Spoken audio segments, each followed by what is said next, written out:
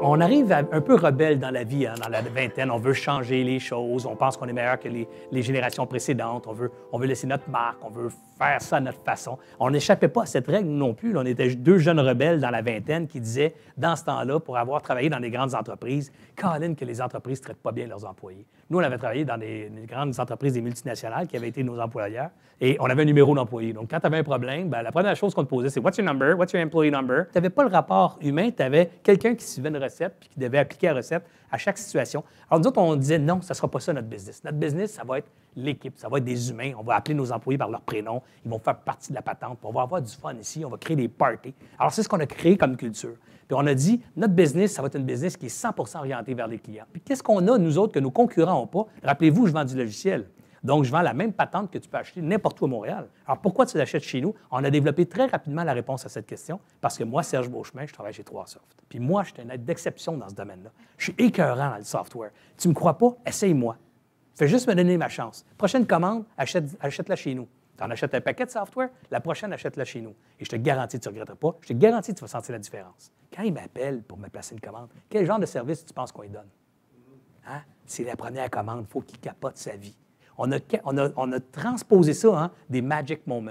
Jusqu'à la réceptionniste, quand elle est engagée, on l'a formé avec un magic moment à la Walt Disney. C'est-à-dire que chaque fois que tu pognes un téléphone et tu jases avec un client, il faut que tu te poses la question dans ta tête, quand tu vas raccrocher, comment il va dire « wow ». Puis nos vendeurs ont dit la même chose. Quand tu rencontres un client, la première chose que tu dois faire, ce n'est pas de savoir quel logiciel il va acheter.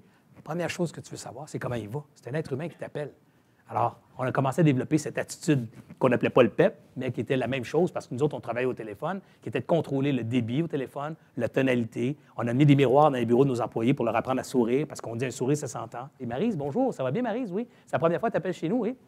Écoute, on va s'arranger que ce soit une expérience vraiment tripante pour toi. Je vous donne mon numéro de téléphone. Sachez que vous pouvez m'appeler 7 jours sur 7, 24 heures par jour, n'importe quand. Je donne même mon numéro résidentiel. On a appris à nos employés de noter. Hein, que quand tu jases avec une cliente, tu prends des notes.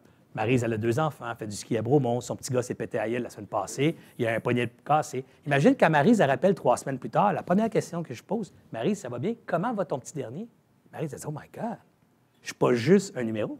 Je suis Maryse. Et Serge me reconnaît comme Maryse. Alors ça, c'est devenu notre motto. On s'est dit, on crée des relations. Ce qu'on vend chez 3Soft, là, c'est des relations.